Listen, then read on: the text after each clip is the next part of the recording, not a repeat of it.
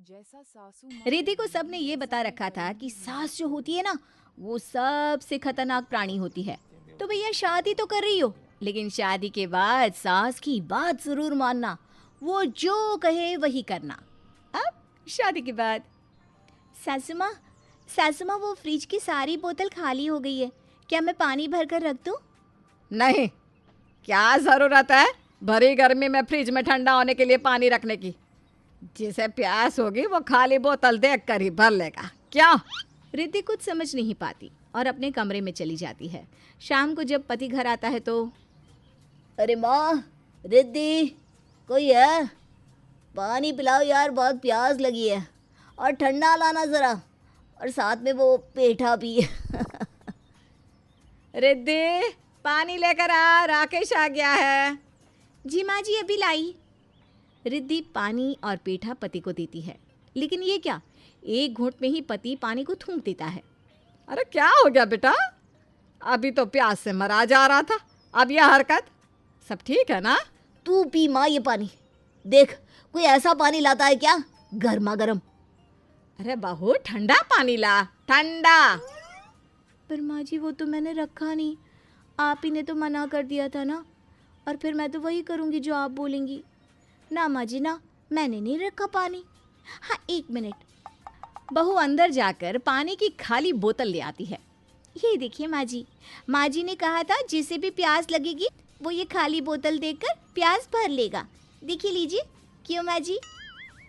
सास और पति सर पर हाथ रख लेते हैं। हाँ नहीं तो, मैं तो वही करूँगी ना जो सासू माँ बोलेंगी। ये बोलकर रिद्धि अंदर चली जाती है। उसके जाने के बाद, क्या है ना माँ, तू भी ना क्यों परेशान करती है? अरे बोल दी थी पानी भर कर रख दो, इतना नहीं हो तो। बाहर बैठी बेचारी सास। हे भगवान, ये कहाँ से ऐसी पागल बहू आ गई हमारे घर में? अब गर्मी के मौसम में ये कौन पूछता है कि पानी ठंडा होने के लिए रखे कि नहीं? बस किसी तरह सास बहू की ऐसी ही जिंदगी चल रही थी कि एक दिन, अरे सरला की बहू, तू तो पहली बार आई है हम लोगों के घर। वैसे सरला, बहू तो बहुत सुंदर पाई है तू ना। हाँ, बस सुंदर ही है।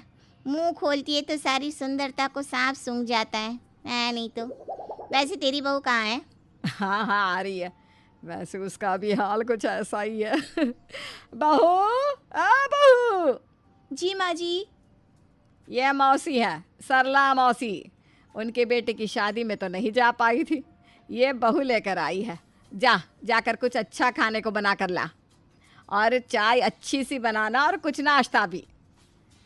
बहू का दिमाग अब यहाँ ऑटो मोड छोड़ देता है कि भाई अच्छा मतलब क्या, कैसा अच्छा, क्या अच्छा? बहू, क्या हो गया? अरे जा कुछ अच्छा खाने को लेकर आ।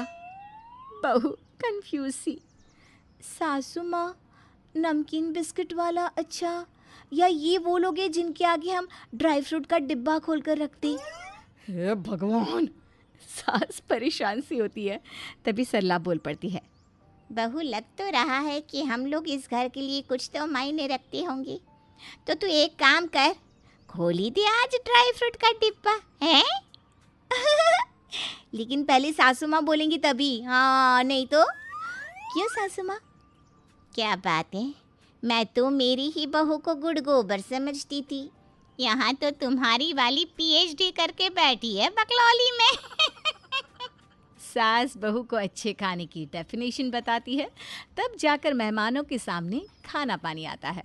खैर आगे तो बहू की जी हजूरी बढ़ती जा रही थी, लेकिन ये पहली सास थी जो बहू के हर बात को पूछने की आदत से परेशान सी थी। वो सोचती है कि आखिर ऐसा कब तक चलेगा। तो सास अपनी सहेली से बात करती है। अरे देख ना मधु, मेरी बहू ने नाक में दम कर रखा है। अरे माना सास से पूछ कर काम करना अच्छी बात है, लेकिन यह क्या, छोटी छोटी सी बातें भी पूछ कर ना इरिटेट करती रहती है। ये लोग सास से नहीं पूछती बहू, इससे परेशान है। तू क्यों पूछ रही है बहू, इससे परेशान हो रही है। अरे वो छोड़, ये बता कि क्या खाएगी? अरे कुछ भी यार, कुछ भी बनवा ले। कुछ मतलब मीठा या खट्टा? ये कैसा सवाल है, मीठा या खट्टा? अरे चाय के साथ मीठा थोड़ी ना खाऊंगी। हो रही है ना तू इरिटेट? ऐसे ही परेशान करती है मेरी बहू। तभी बहू की आवाज़ आती है, माँ जी शाम की सब्जी के लिए आलू लंबे काटो या फिर गोल या फिर छोटे छोटे, बताइए ना। देख रही है, अब आलू कैसे कटेंगे ये भी मैं ही बताऊं।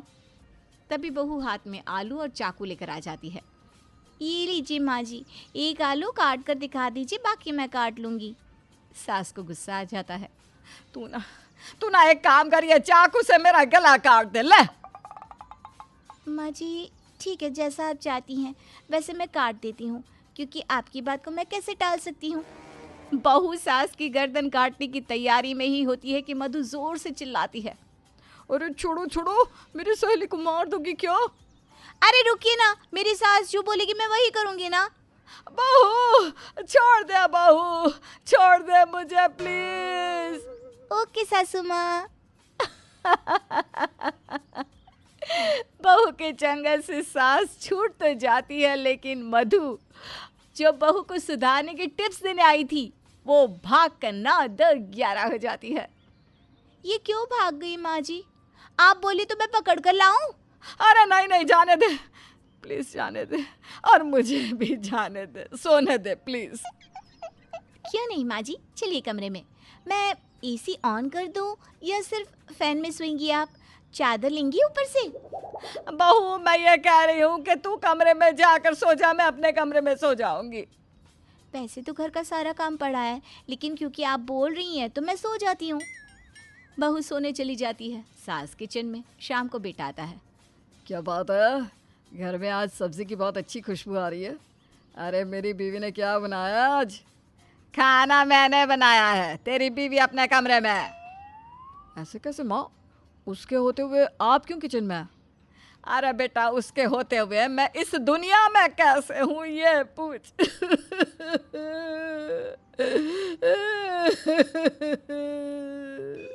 अरे माँ, क्या हो गया आपको? रो क्यों रही है? सास रो रो कर सारी बात बता देती है। वो साफ कर देती है कि उसे अब इस घर में नहीं रहना। माँ ये तो सच्ची डर की बात है। मैं ना एक काम करता हूँ, इसकी माँ से बात करता हूँ, शायद वही कोई उपाय निकाले। उपाय निकाले? नहीं तो मुझे इस घर से निकाले। खैर, दोनों माँ बेटे बात कर ही रहे होते हैं कि बहू की आवाज़ आती है। माँ जी आप कहे तो मैं कमरे से बाहर आ जाऊं? वो क्या है ना, इनको पानी देना है। हाँ आजा बहू, लेकिन उससे पहले मैं कमरे में बंद हो जाऊं, क्या पता पानी में डुबोकर मार डाले मुझे। बहू बाहर, सास अंदर। क्या कहा सासू माँ ने? डुबोकर मार डालूं? नहीं नहीं नहीं, मैं ये सब नहीं कर सकती। ए जी, मैं मार दूं सासू माँ को? पुलिस कुछ कहेगी नहीं ना? अरे चुप हो जा पगली, माँ डर गई है तुझसे। वैसे चल, तुझे मायके लेकर चलता हूँ, चल। मुझसे डरी है? अरे ऐसे कैसे? मैं माँ जी से पूछे बिना नहीं जा सकती। पूछ तो लूं पहले उन्हें। अरे पूछ लिया है मैंने, तो चल। बहू फिर भी सास के कमरे के बाहर से आवाज़ देती है। माँ जी क्या मैं अपनी माँ के पास जाऊं? हाँ जा। माँ जी दरवाज़ा तो लगा लीजिए। मैं कर लूंगी बंद, तू जा बस बहू, तू जा। बहू पति के साथ मायके चली जाती है। जब वो मायके पहुंचती है तो पति के पास उसकी सास का फ़ोन आता है। हाँ माँ, जस्ट पहुँचा हूँ।